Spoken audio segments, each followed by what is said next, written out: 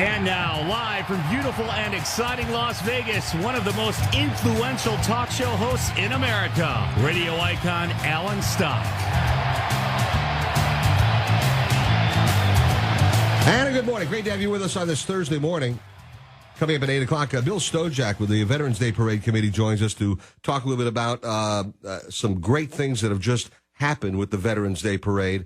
And I'm looking forward to that. Peter Noon from Herman's Hermits joins us at 8:30 this morning. So big stuff going on. And right now, I'm very happy to welcome to the KDWN studios one of the founders of the Southern Nevada Watchdogs, a group that wants to make sure that whatever goes on with the county commission or the city council or any other agency, for that matter, does not abridge our constitutional rights in any way at all. Melissa Letourneau, thank you for joining us, and welcome to KDWN. Thank you for having me, Alan. Good to have you here. So, did I accurately describe the Southern Nevada Watchdog? I would say that I think our main focus is just to make sure that we don't lose any of our liberties, and I consider them natural rights rather than constitutional rights. Okay. That's fine with me. I mean, our constitutional rights, I think, reinforce what we understand to be our natural rights. Yes. Our God-given rights. Yes. I mean, these are are the reinforcement of that. Right. Yes. Well, see, and you and I are right there with that. And I know you folks watch for agenda items, ordinances, resolutions, actions, anything that you might think might be a threat to our liberty. That's correct. All right. And one of the reasons that I had you in, a few reasons to talk about the Southern Nevada Watchdogs. Mm-hmm. And by the way, when was this formed? When did this was it This started? is a very recent endeavor. This is something that basically me and Tasha, my co-founder, you might say, equally came into together about a month ago, 6 weeks ago, and just hit the ground running. So, you're brand new. Brand new. Oh, we've just felt that we've really needed something like this in the Valley for a long time. What was the thing that made you say, we've got to do this? I mean, a lot of things you've been watching. What was the straw that broke the camel's back? I have actually been wanting to do it for about a year now, and going to the city council meetings, I think, was what really did it. And specifically, a couple things that we went down to the city council about was the drone issue when we were actually trying to, the state of Nevada was trying to get the FAA contract to actually have drone testing in Nevada, as well as a food access policy that the city council came up with. And we just went down there a couple times, and it's like, you know what? This just happens all the time. Somebody really needs to watch these people, Okay. So. Food access, that was the one had to do with the trucks, food trucks. Had to do with food deserts, actually. You probably didn't even hear of it. It was a resolution the city council was trying to do that would actually, its original intent was to make sure that there was healthy food in all the right places, and it was actually going to limit unhealthy food establishments from being built on certain corners. Oh, so it was a Bloomberg mentality. Yes, and they recognized it as such, and so they actually opted to edit it, I believe is the right word. Well, I hope they got rid of it entirely and not just edit it. That would have been ideal, but, we take what we can get. And, but the good thing is that people coming down and actually getting involved with their government, you'd be surprised how much they respond, especially at the city council level. The county has not been, I don't think, quite so. We haven't had quite so much luck with the county, but the city council will respond, to people showing up down there. So, and then we'll talk about the state level in a little bit, because I have an issue that I'm very hot on, and that has to do with the PUC. But we'll talk about that in a little bit. Okay. But all right, first of all, one of the things you did write to me about is the sales tax. Yes. Which would go for the police. Oh, yes. I don't think I wrote to you about that one, but I was just mentioning that that's another thing that's going to be coming up for a vote. Right, for the county. Yes. All right. And you think it's a good idea? Personally, they're trying to fill a $30 million budget gap. And they have a $3 million budget. It's actually closer to 4 or 5. However, I guess the airport's going to be paying for a bunch of it because they're going for airport security. So it's actually only about $3 million. I'm not particularly for it. I just don't, I think that people need to learn to stay within their budgets personally, I don't, how long have you been in Las Vegas? Born and raised. Born and raised. Oh my gosh. You're an oldie but a goodie, although young person. But,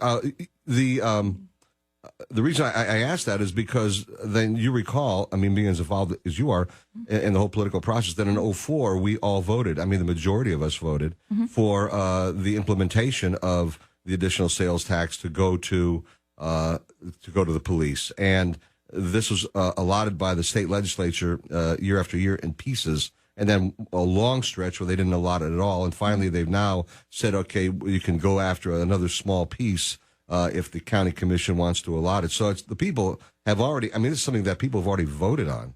True, but in that as much it was 2004, and we have a very transient town. There's a lot of different people here now, and I guess it will come down to the county what they decide to do. I just I take a different take on the police perhaps, and I don't want to see them become. They get their powers from us, and I feel like they are just overboard with what they're doing and everything. I mean, with all it's just going to, in my opinion, put more people on the streets to harass us with tickets, possibly, personally.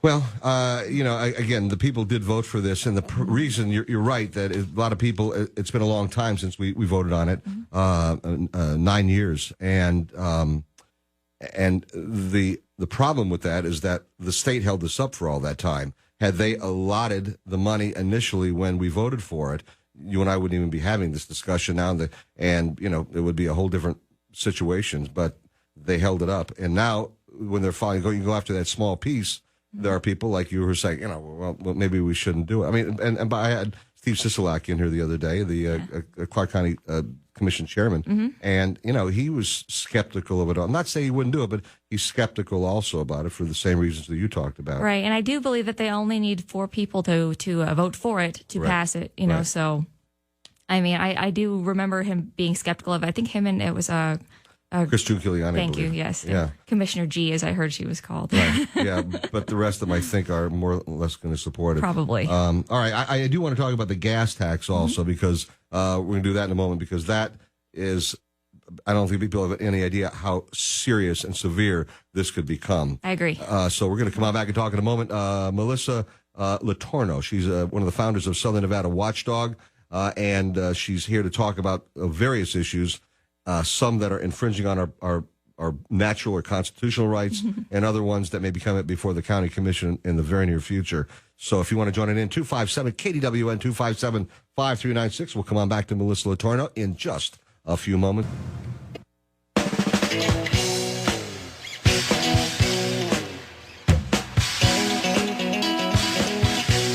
$720 at Newstalk 720 KDWN. I'm Alan Stockton. I want to thank you so much for joining us on this Thursday. Great to have you with us. A little later on, Bill Stojak, Veterans Day Parade, joins us to talk a little bit about some great things that have happened in the last couple of days. And then we'll be talking with Peter Noon from Herman's Hermits in a little while as well. So I'm Henry the Eighth I am. How exciting. Yeah, that's going to be very, very cool. The other voice you're hearing is that of Melissa Latorno. She is one of the founders of the Southern Nevada Watchdogs. The folks who watch and make sure that our local city council and Clark County Commission don't take actions that infringe on our natural or God-given or constitutional rights, however you want to phrase it. But I agree with all of those, by the way. Let's talk about, very important, this gas tax. I know you're on top of this. What is this all about? Okay, so the idea behind this is called indexing the fuel tax. Just so you know, they don't call it an increase in a tax; they call it indexing. And people aren't going to, right. what that essentially means, and this is something that the state legislature has given counties across the state to permission to do. And the idea is, as it stands right now, we pay 52 cents of every gallon of fuel in tax as it is. Okay, 18.4 cents goes to the federal government. 23 goes to the state. 9 cents goes to the county, and 1.5 goes to other miscellaneous unidentified uses. So essentially the county gets 9 cents right now out of every gallon in tax. And in 2009, apparently what they started doing was bonding on that 9 cents. What do you mean by bonding? What does that mean? What that means is that they essentially were, basically it's a way of getting a loan. Okay. They were using their money. They were selling bonds in order to generate more money to do stuff with. Okay. That's essentially what they were doing. Okay. And so today, as it stands, those bonds are becoming due. Okay. So they're having to spend the money that we're getting already, that 9 cents. They're having to spend that additionally on paying back the bonds that they bonded in 2009. Okay. So that's one of the reasons why we normally have $136 million to spend on roads every year. And this year, there's a presentation you can see online, actually, and this girl breaks it all down. She says we only have $22 million this year to spend on roads. Okay, based on these figures. So essentially what they want to do is implement this fuel tax. It's going to be about 3 cents a year, and it can go up 7.8% annually, and it's set to do that automatically up to 7.8%, and it's supposed to be in line with inflation. And it's up 7.8% per year. Yes. And this will go on until 2016, at which point the voters will have the opportunity to vote on whether or not they want to continue doing it to 2026 or if they want to discontinue it. And that would also be continuing, from 2016 to 2026, we would increasing it with inflation every year. So wait a minute, we can vote on whether we want to continue in 2016, but we have no vote about whether we want to have it initially imposed on us. That's right. Okay, well, that sounds hokey. Yes, it does, in my opinion as well. So what they figure is that it'll cost the average driver who does, I think, 11,000 miles a year, something like that. Just the average driver, it's going to cost about $15 a year. Okay. And roughly, give or take.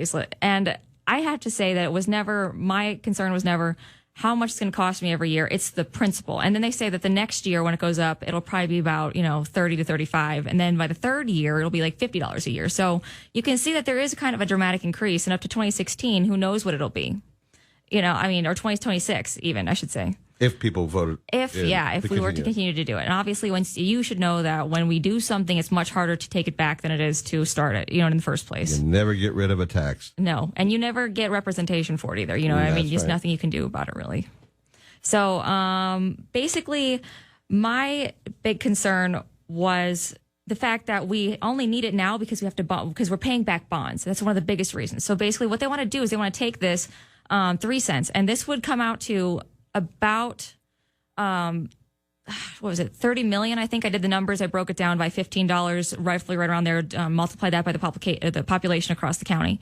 And it came out to something like 35 million, right around that area is what they would get. Okay. So if we already have 22 million, we're adding 35 million to that. That only puts us right around 55. Mm-hmm. So as I said, what they want to do with that 35 is be able to get more debt, which is about 700 plus million is what they expect to get for that.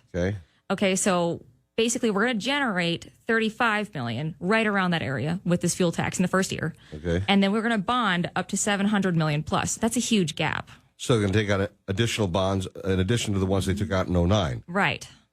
And that's for the purpose of?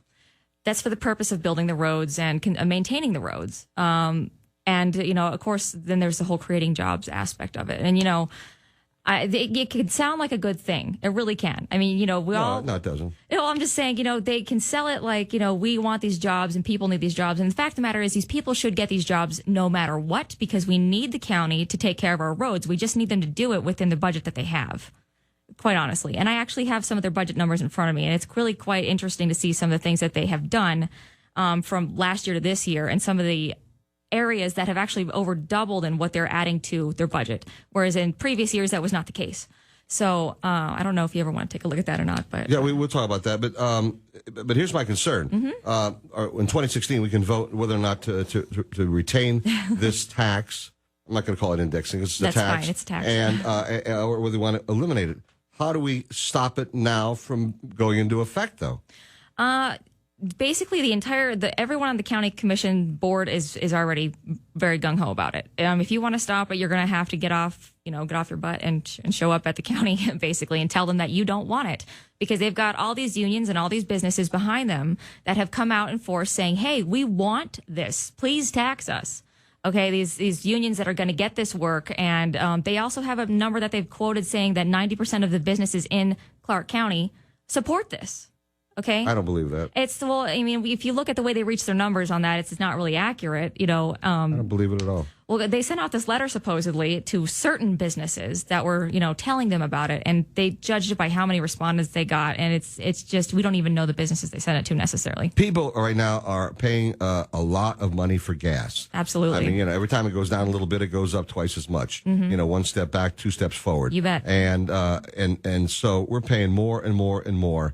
And to add this to the misery of the recession, which we have not recovered from, still bouncing at the bottom. By no means. To add this to Obamacare, that's going to be implemented January 1st of this next year. all of these things, it's going to be the pain is going to be great on the individual people. I mean, maybe we ought to let it happen and figure that let's let the people feel the pain, and maybe that'll change how they vote in November of 2014. I mean, I'm just saying that. You could look at it that way. I would much rather have people come down to the commission and, get involved and voice their opposition. And it's so easy to do. It really is. It doesn't take much time at all. And, this is your county, and you should take an active role in it, is my opinion. Are they going to pay attention, though? My opinion is that if you get enough people, they should. I don't see how they can ignore it, because they do respond to the fact that, whether or not they're going to get reelected when it comes right down to it. It's just a question of how many people have to show up to get them to pay attention. And we'd like to fill the auditorium personally. Okay. And when is this going to be? The next meeting is August 6th. Now, on August 6th, they will not be able to vote on this item, but they will be scheduling the public hearing for it. The public hearing will most likely be at the next city council meeting, or county commission meeting, I apologize, which would be the following 2 weeks after August 6th is when it would be. I'm sorry, I don't have a calendar. Okay, it's all right. So August 6th, then 2 weeks later. Yes, to show up at both. And you can, show up at both, because you can still speak on it during public comment, which is really right at the beginning of the meeting at 9:15, like 9:20 is when it starts. Okay. And all you have to do is show up, say your two pieces, and you can leave if you want. You don't have to stay for the whole thing. Excellent. I appreciate you coming by and talking to us about this. This has been incredible. I mean, will you come back again? Of course, I'd love to. All right. I'll be back closer to after the first meeting. Sure. The first and second, and you'll give us a report what's going on. Yeah, and it's a www.watchdog.org is the website. Excellent. Melissa Letourneau, thank you for being here. Thank you. And I will keep people remind you about the website as well. I'm Alan Stock, and this is News Talk 720 KDWN KDON.